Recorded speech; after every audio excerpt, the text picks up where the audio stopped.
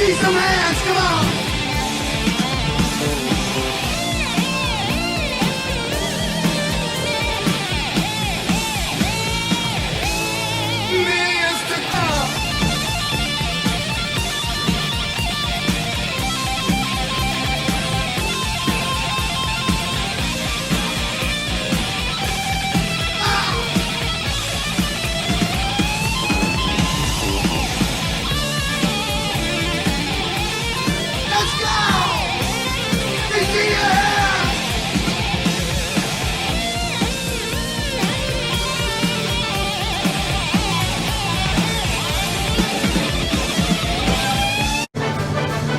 Hey everybody, welcome back to Sports Circus. This is Brad Gillis from Night Ranger, ex-Ozzy Osbourne guitar player, having a blast with you guys here today.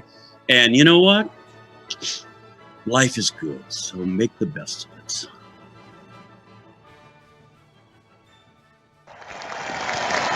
All right, a big welcome back to everybody listening in on iHeartRadio, Spotify, and our CBS, NBC, and Fox Sports affiliates from coast to coast, and those watching on hotel television and streaming at AAMPtv, and also all of our friends on YouTube. A big hello to you. We're here with Brad Gillis, rock star from Night Ranger and Ozzy Osbourne.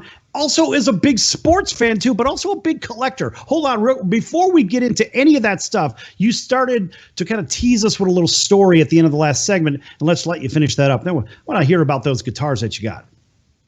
Well, you know, I was talking about the Ozzy Osbourne story, and I can't think I left it off where I was hanging out the soundboard every night, just watching the whole big stage and the castle they had up there, and the interim guitar player, Bernie Torme, doing his thing before I was able to join the band. So about 4 days into it, I kind of learned everything, and I thought, well, I think it's time to get up and do it. So I told Sharon, and so I went into a sound check that the day I was supposed to play that night in Binghamton, New York, sold out. I think it was like 8,000 people. And, you know, talk about jumping right in the fire. Okay, never played with the band before. I do a sound check. Out of the 18 songs, we only get through 7 because of time constraints, and them opening the doors. And Ozzy wasn't even there for the sound check. So here I am, never played with the band except for a couple of songs of sound check. And here I'm getting ready to be thrown on stage to play for 8,000 people. Well, I was a little nervous, didn't know what to wear. And they had this black Ferrari jumpsuit that they put me in. And they said, well, Brad, you got to wear makeup. So they put pancake makeup on my face and did, you know, eyeliner on me and stuff. It wasn't really my look. Anyway, but did my first show that night. And it was very scary for me because, you know, a lot of fans in the audience with their arms crossed and looking at me, Randy Rhoads live signs, and people kind of flipping me off. And it was very scary, not only just trying to get through the set, just knowing that I had an unwilling audience to accept me at this point. So I went through the motions of the set, and halfway through, we have this song called Revelation Mother Earth, which is a ballad, an Ozzy Osbourne ballad. And halfway through the song, it kicks into the fast part where it goes, you know, just kicks into the big chunk thing.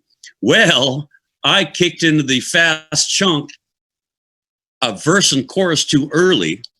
And when I started doing it, everybody in the band kind of looked at me like, oh my God, what are you doing? It's like, I screwed up. So I stopped, listened to the band, got back to my clean channel because it's a clean song, a clean guitar tone, and got through that next verse and chorus. And then we all went into the fast chunk together.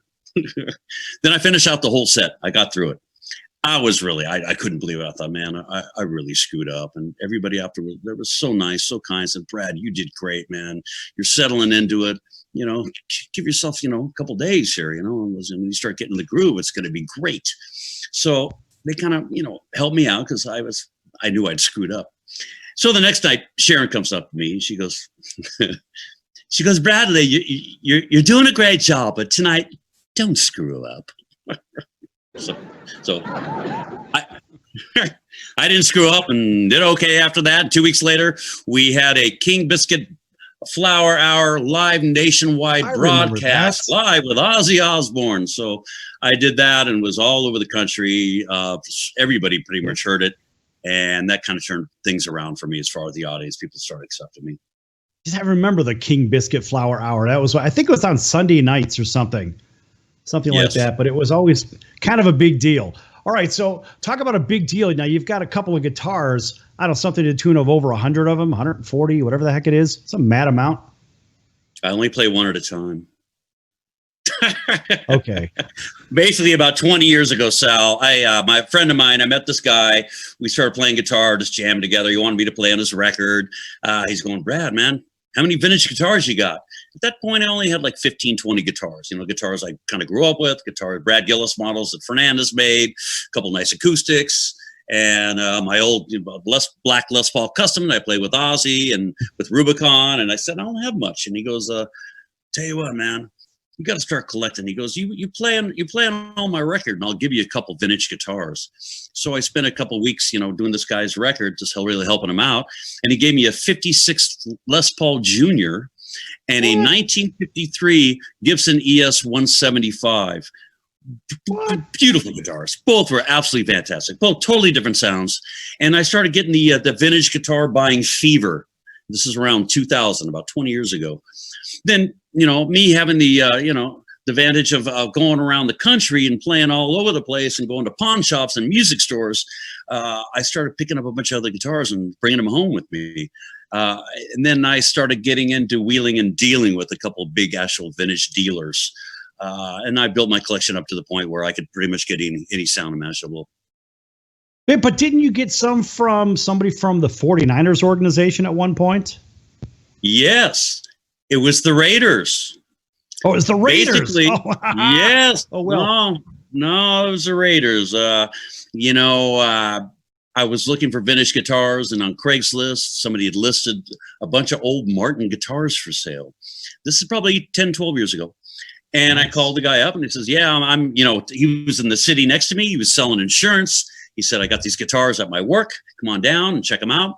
I walk in the door, and we're looking at all this Raiders memorabilia everywhere and a bunch of old Martins on guitar stands around his office. I'm looking at, damn, this is Dave Casper from the Raiders, the Ghost, right? Yeah, and he goes, hey, man.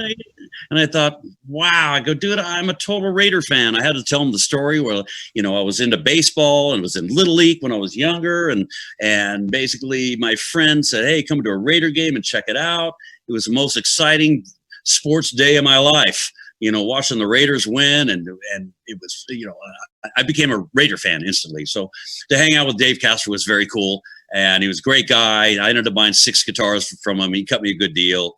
And since then, he's moved away to another city. But, you know, when I started playing again with the Alameda All-Stars, this band I played on the side when Night Ranger wasn't working, on Sundays, when the Raiders would win here in the Bay Area, I was playing this nightclub, and they would come in and hang out at the nightclub.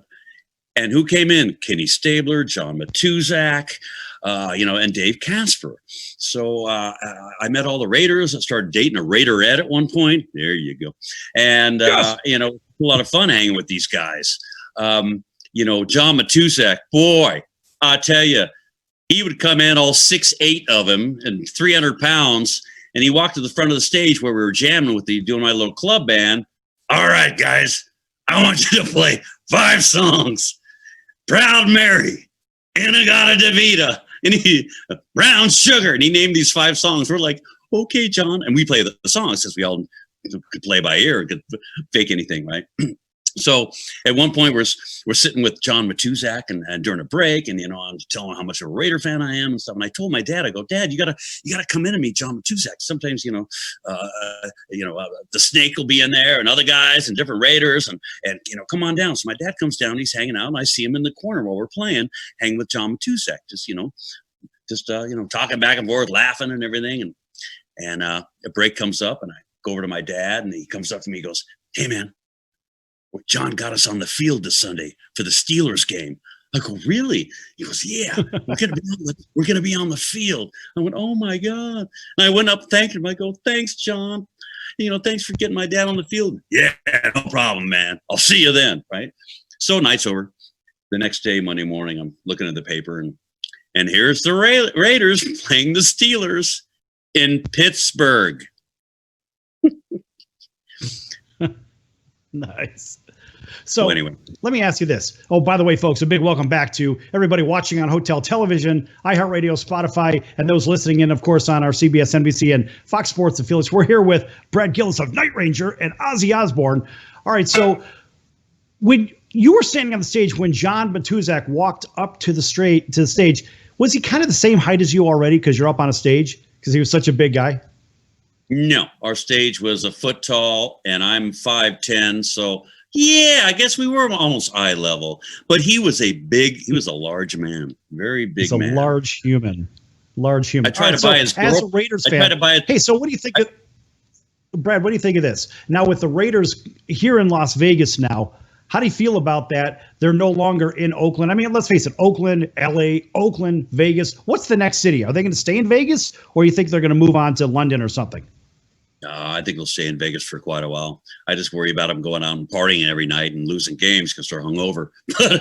But back in the 80s when they went down to LA and they were the LA Raiders and they were playing at the Rose Bowl, we were down in LA recording records. And our record company vice president had 50-yard line seats at the Raider games and down at the Rose Bowl in LA. So I was able to go see them down there while we'd be doing records in LA. So I always was able to see them. And of course, I had season tickets for many years here, seeing them in Oakland. And, I actually got on the field in Oakland with a buddy of mine that worked for the Raiders. And I remember hanging out for a few games on the field. And boy, I tell you what, the excitement going on there and the energy. But, I just love football. I love the Raiders. I love baseball. My dad, I was a pitcher in Little League. My dad would take me to Giants games in San Francisco. We both bring our gloves. He'd say to me, he goes, Brad, and Willie Mays was my big idol, Willie Mays. Nice. And he said, Brad, I'm going to catch you a Willie Mays foul ball. We were behind the plate up in the second tier. Sure enough, this ball comes flying back, foul ball by Willie Mays. And my dad reaches up and it goes right over his head and starts bouncing around and bouncing down the stairwell. And I'm looking at him like, come on, Dad. And he reaches out, goes into the stairs going down, reaches out and grabs me the ball and hands it to me. My dad caught me a Willie Mays foul ball just as he promised. Wow. That's crazy. I have a Willie Mays signed baseball. My brother said, just sell the baseball. I'm like, no, I'm keeping that. I'm going to be buried with that ball. And that with the Mickey Mantle, the Ted Williams, and the Hank Aaron. I'm keeping those things with me. I don't give a damn. Hey, listen, we only have a couple of minutes left. Tell everybody what you're working on right now, what's coming up for Night Ranger and yourself. Even if you're doing solo work, tell us more. Well, basically, we're trying to keep ourselves busy with Night Ranger. So we had just locked in a record deal and with Frontiers Records. And our last few records have been released by them. They're worldwide over in Europe and the States and Japan and Far East. So in this time, we can't really get together in the studio, living in different cities. So we all have the luxury of passing around tunes since everybody has their own home studio. So we're going to start passing around probably the next, starting this new record where everybody could go in and do their different parts.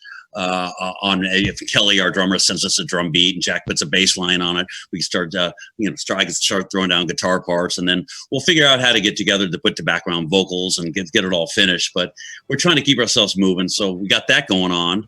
And I'm just locking in my solo record. I've been working on this record for quite a few years, and basically it's songs I've written for years. And I got Gary Moon singing vocals. Gary Moon was in Night Ranger for a while when Jack split to go do the Damn Yankees.